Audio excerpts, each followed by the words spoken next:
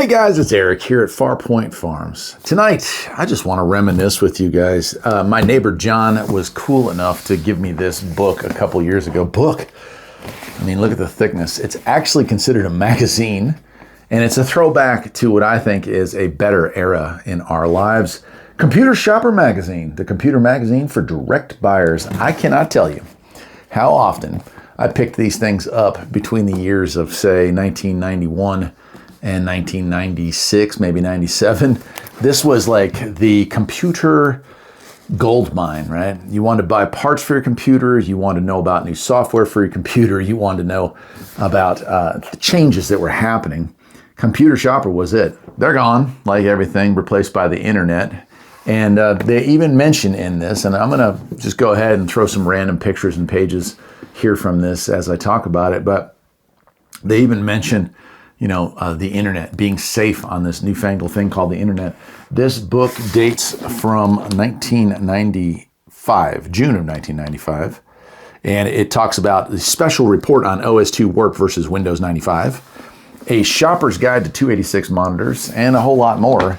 And it's incredible. So about a third to a half of every average issue of this was color.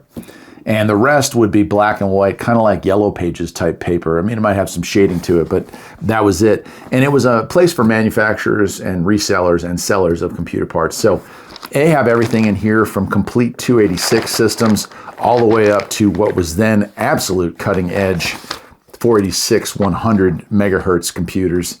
And, looking through this 420 megabyte, oh my gosh, 1.2 gigabyte hard drive.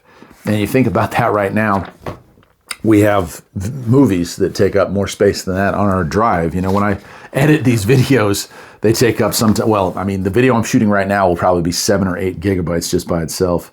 Looks like some really early Pentium DX 120s. I mean, it's just incredible, the stuff that was going on. SCSI drives, remember? SCSI drives, and a 20-inch monitor. That was a big deal back in the day. They had it all, my friends, and it was a cool time to be around. I mean, I'm just going to kind of, as the computer plays here, I'm going to flip through some of these pages here just so you can see we have some color stuff here. And then we also have, articles. There's a funny one with Dr. Ruth.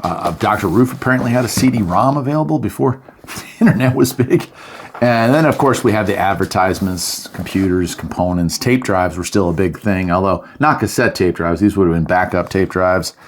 Multimedia was the word of the day with Windows 95 just out. That would have been a big step up from those Windows 3.1 computers that were just terrible. I stuck with DOS. I played with Windows 3.1 a few times, but it was so clunky, so bad that on my 486, it wasn't worth having. So we stuck with DOS 5.0 and then 6.22 with the awesome DOS shell, which I still think is the peak of computing history. And then moved on to Windows 95, Windows 98, and all the rest. I know there's a lot of fans of my channel, Robbie Strike, who loves Linux computers. I've tried, I've played, I've tried. I need to try harder, I guess, but I just have not been able to make that jump. And let's not even get into Apple products. I've always felt that they were inferior, but certainly felt superior in every way. And that's it. If you notice behind me here, I've got my first piece of computing history, a ZX81 or ZX81 as the British call it, or here in the United States, a Timex Sinclair 1000. And next to it, an even earlier version, 1980s ZX80, which was thankfully functional when I picked it up. Of course, on this side, if you can see it off camera here, we do have a Commodore 64. That is really where I cut my teeth in computing.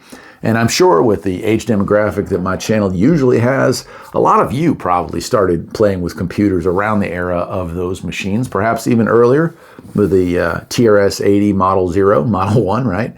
Or the Commodore PET, although I don't know a lot of people that had those. I knew a lot of people that had Apple IIs and a lot of people who had the TRS-80 Model 1, but I only met one person with a PET when I was that age. Now, the C64 was everywhere in the early to mid to late 80s. But then we moved on, of course, into things that Computer Shopper would sell us.